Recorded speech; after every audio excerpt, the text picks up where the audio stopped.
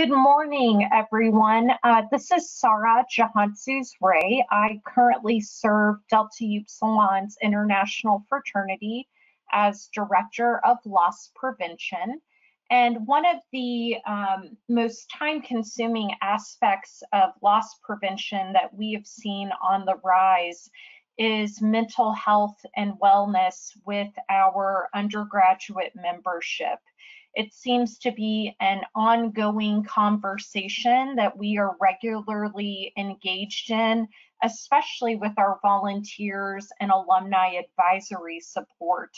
That also extends to our campus partners who assist us a great deal when we are facing any sort of crisis with individual members struggling with mental health issues. So today's topic is exploring mental health and what it looks like for today's undergraduate fraternity member, as well as young men in general. So hopefully we'll be able to cover a great deal of content regarding this topic, as it's one that our alumni and volunteers often request more information on. And if there are any follow-up items that you'd like to see addressed in the future, you can certainly let myself know or our Director of Health and Safety Initiatives, Dominic Green, as we are typically the two staff members that work most closely with folks in this particular area.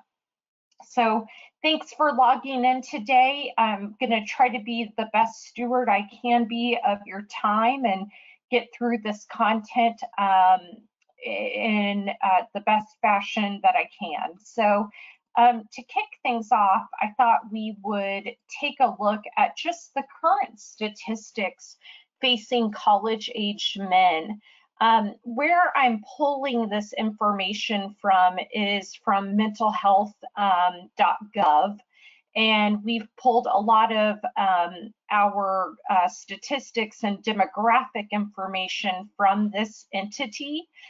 They've done an incredible amount of work studying college-age students, specifically college-aged men, because of the rise of mental health issues in that regard. And so I thought it would be important to share with you all that currently 1 in 4 college students has a diagnosed mental health concern.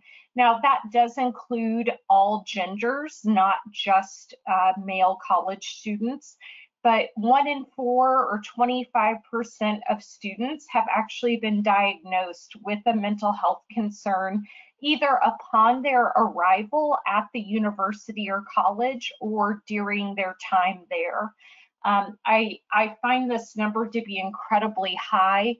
I think that because there are better mental health resources on college campuses, we are certainly seeing more diagnosed illness and ways in which to combat that and treat that appropriately.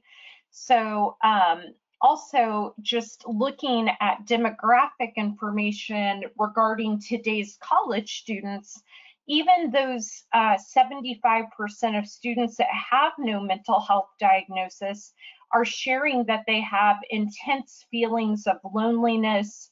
There is certainly an increased amount of anxiety that they're experiencing, as well as general thoughts of just being overwhelmed. And I think that you all probably have experienced talking with some of the young men that we serve in our fraternity membership.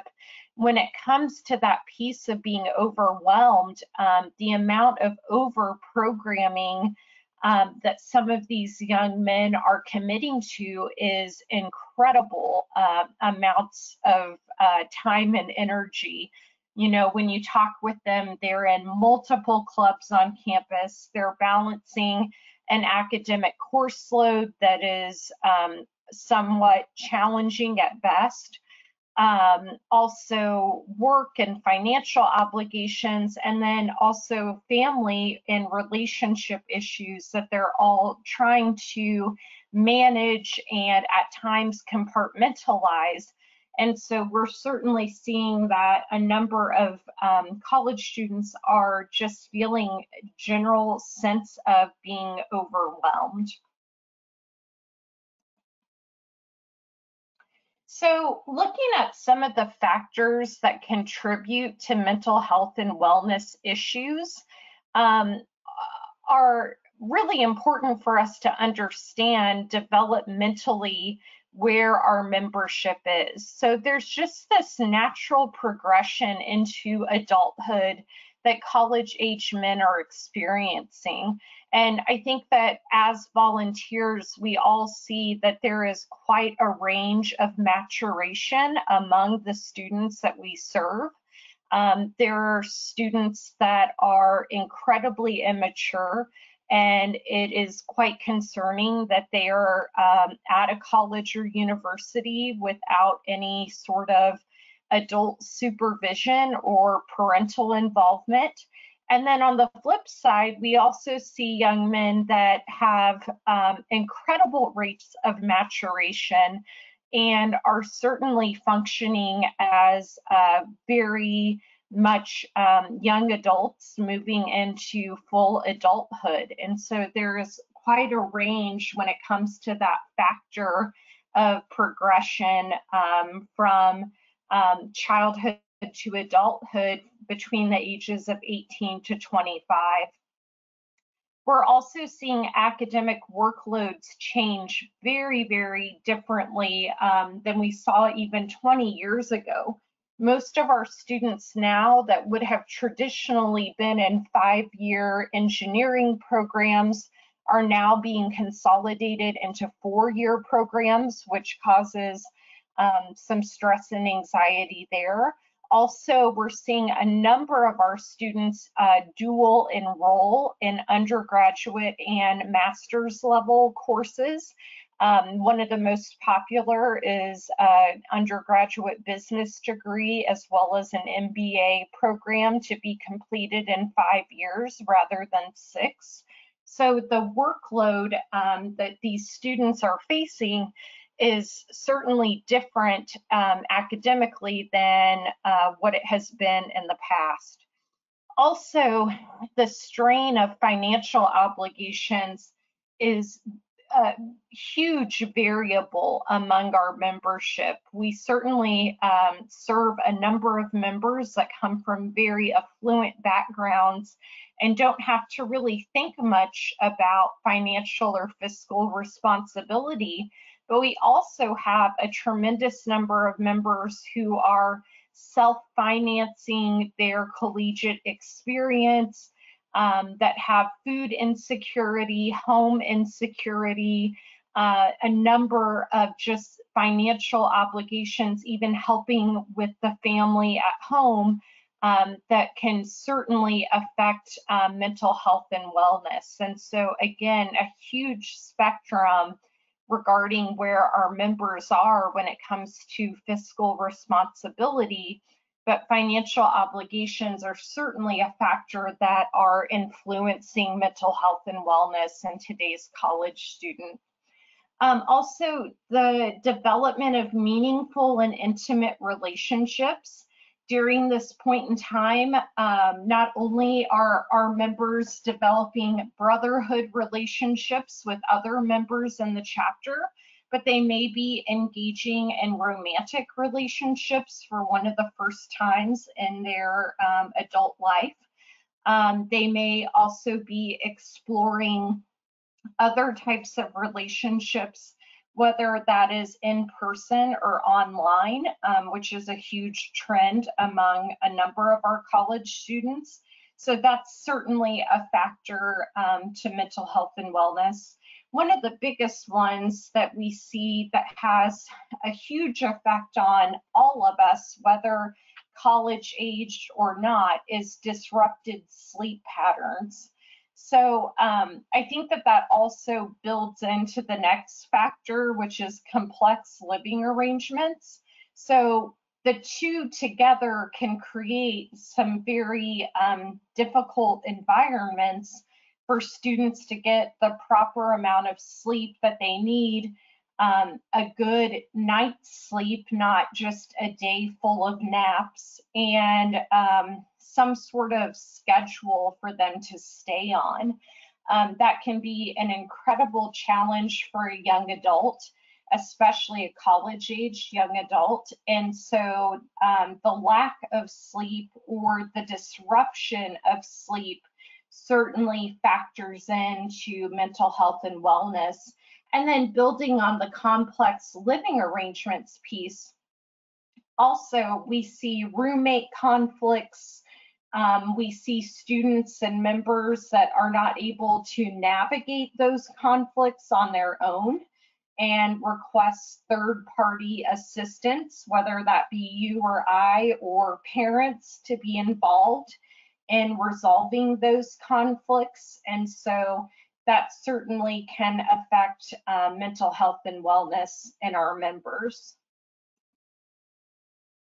So I thought it would be important to share with you all where we're getting our resources, because in the last 18 months, we've put a ton of time and energy into creating resources, providing an article in the DU Quarterly, and then at all of our educational programs, we provide some sort of session based on mental health and wellness. So we have a number of highly trained psychiatrists that we have collaborated with regarding the specifics of psychiatric care for college-aged men.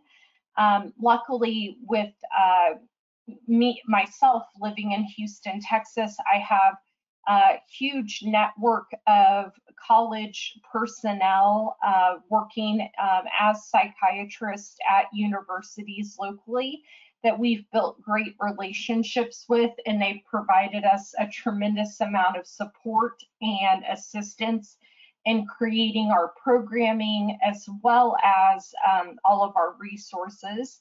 We also have a network of therapists, a few friends of Delta Upsilon who are actively working in therapy with college-age students that have assisted us.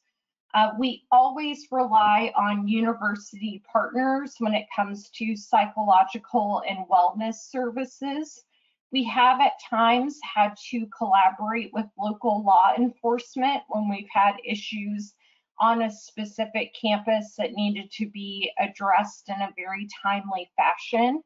And then also our volunteers. We have so many men and women that work with Delta Upsilon that have specific experience working with college-aged men and mental health. And so we rely on our volunteer network as well in order to create the best resources that we can. Some of the things that I just referred to, so our educational programming, at all of our educational programs, we do provide sessions on mental health and wellness. We try to do that not only for our volunteers, but most specifically for the undergraduate men that we serve. We also have a number of online resources that I've listed here. So if you hop over to deltau.org and click on resources, under the VP of Loss Prevention, there are three really great handouts that we have that our communications team helped to create. One is mental health in college men, one is how to talk about mental health, and then the third is concerns and what to look for. I've also added a link to an article that I wrote for the summer edition of the DU Quarterly about mental health in college students, and that provides a tremendous amount of information and support for our volunteers working with our current membership. Wanted to show you some demographics from MENTALHEALTH.GOV from 2018. This was information taken by college students, both or excuse me, all genders involved, not just men. But some of these statistics are just fascinating as well as alarming. And so you can see here that 46% of the students that took the survey had feelings of hopelessness. Again, as we talked about previously, the feeling of being overwhelmed is affecting 78% of the students. The feeling of exhaustion, again, I think this has to do with sleep disruption and it's not contributed from physical activity, is being noted by 75% of students. That feeling of loneliness, over 50% of students are feeling very lonely. 59% are feeling very sad. 34% are feeling so depressed that it's becoming difficult to function on a daily basis. 49% have overwhelming anxiety, and then an alarming 11% have seriously considered suicide. So this all comes from 2018, and it's just incredible statistics and demographics to know about. Also, within the last 12 months, so from 2017 to 2018, college men that were being treated by a professional noted anxiety as a issue by 11%, and then also depression by an issue of 11%. And then also, again, looking back at the difficulties of balancing adulthood, you'll see the most difficult things for our students that they're currently trying to manage and handle are their academic obligations, intimate relationships, finances, and then again, the sleep difficulties. So we keep seeing that as a trend throughout our work with mental health and wellness with today's member. Wanted to talk a little bit about substance abuse. MENTALHEALTH.GOV gives a statistic that 1 in 5 men will develop some form of alcohol dependency at some point in his lifetime. This is a tremendous number and very concerning.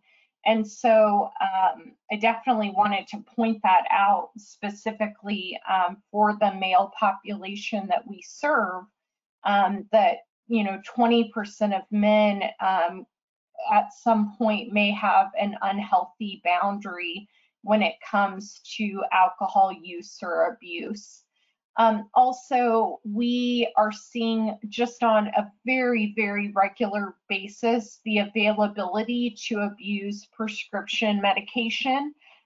You can talk to nearly any college student and be able to find out within minutes where prescription meds can be purchased on campus, how they can be abused, how they can be incorporated into also consuming alcohol. It's incredibly concerning. And I would say that there is no dividing factor in which medications students are abusing. We're seeing a lot of abuse both with uppers and downers. So anti-anxiety medications being utilized, as well as attention deficit disorder medications being utilized. Again, connected with sleep disruptions. Sometimes that anti-anxiety medicine causes sleep or blackout. And then at other times, the other prescription medication may cause the lack of sleep and the ability to stay awake for long periods of time. So those are two of the factors that we're certainly observing when it comes to prescription medications that students are gaining access to. And then just in general, we still are finding the access to street drugs. We're certainly seeing an increase of reports when it comes to students using or abusing cocaine. That seems to be a very readily available drug on most college and university campuses. So we are getting reports that we have individual members that may struggle with illegal street drugs, and certainly trying to provide them the support they need in order to get through that addiction or through that use or abuse. So suicide is unfortunately a topic that we visit quite frequently and more often than we would like to. MENTALHEALTH.GOV tells us that globally every minute a man dies by suicide, and then specifically in the United States, 75% of people that do commit suicide are men. So this is definitely a piece that we want to ensure that we are addressing and providing proper support to our membership. I've listed here the general warning signs of suicide. So talking about wanting to die or kill oneself, seeking and studying ways in which to kill oneself, talking about feelings of hopelessness or having no reason to continue to live, talking about feeling trapped or feelings of unbearable pain, talking about being a burden to friends and or family, increased use or uncharacteristic use of drugs and or alcohol, acting anxious or agitated, behavior is interpreted as reckless, odd sleep cycles, sleeping too little or sleeping far too much, withdrawing from a group, friends, family, or obligation, and keeping oneself isolated, showing concerning signs of rage or talking about seeking revenge against others, and then displaying extreme mood swings that cannot be justified by the environment or the situation. So that covers a number of topical areas that can be identified for a student that may be struggling or on the verge of taking one's life. So that's a tremendous amount of information regarding general warning signs. Again, going back to mentalhealth.gov, they've actually produced a document about questions and recommendations about how to talk with a fraternity brother about a mental health concern. Now, this can certainly be volunteer to brother or brother to brother, but I thought these were very poignant questions and ways in which to engage in these conversations. So things like, I've been worried about you. Can we talk about what you're experiencing? And if not, who are you comfortable talking with? What can I do to help you to talk about issues with your parents or someone else who's responsible and cares about you? What else can I do to help you with? I'm someone who cares and I want to listen. What do you want me to know about how you're feeling? Who or what has helped you deal with similar issues in the past? Sometimes talking to someone who's dealt with a similar experience helps. Do you know of others who've experienced these types of problems you can talk with? It seems like you're going through a difficult time. How can I help you to find help? How can I help you find more information about mental health problems? And I'm concerned about your safety. Have you thought about harming yourself or others?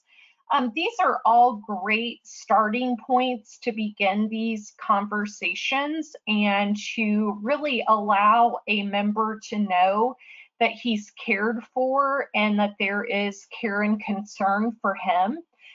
One of the biggest things that we often encourage members to do is to walk a brother to the counseling center on the college or university campus for a walk-in appointment. I would say approximately 90% of the campuses where we host chapters do have walk-in times for mental health counseling and either counseling and psychological services. And so if there is a urgency for an individual to talk with a professional, we encourage them to go to those open hours. Also, typically there's 24-hour on-call counselors as well on the campuses that we partner with. And a simple call to the police department on campus can get someone connected to that 24-hour counselor at any time, 24/7. So that's an important tidbit to know.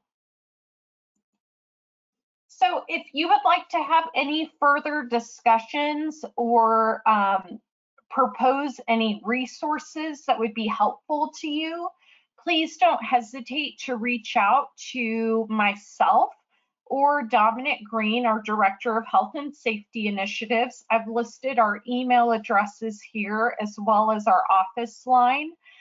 We certainly appreciate your feedback and your recommendations for additional resources as well as additional information that you're seeking. So at any time, please do not hesitate to reach out to us. We're happy to help in any way that we can. Want to thank you so much for your service to Delta Upsilon and your interest in participating in today's webinar. Thank you so much for your time and energy, and please don't hesitate to reach out to us for any reason that we can help you be the best volunteer that you can be. Thanks so much and have a beautiful afternoon.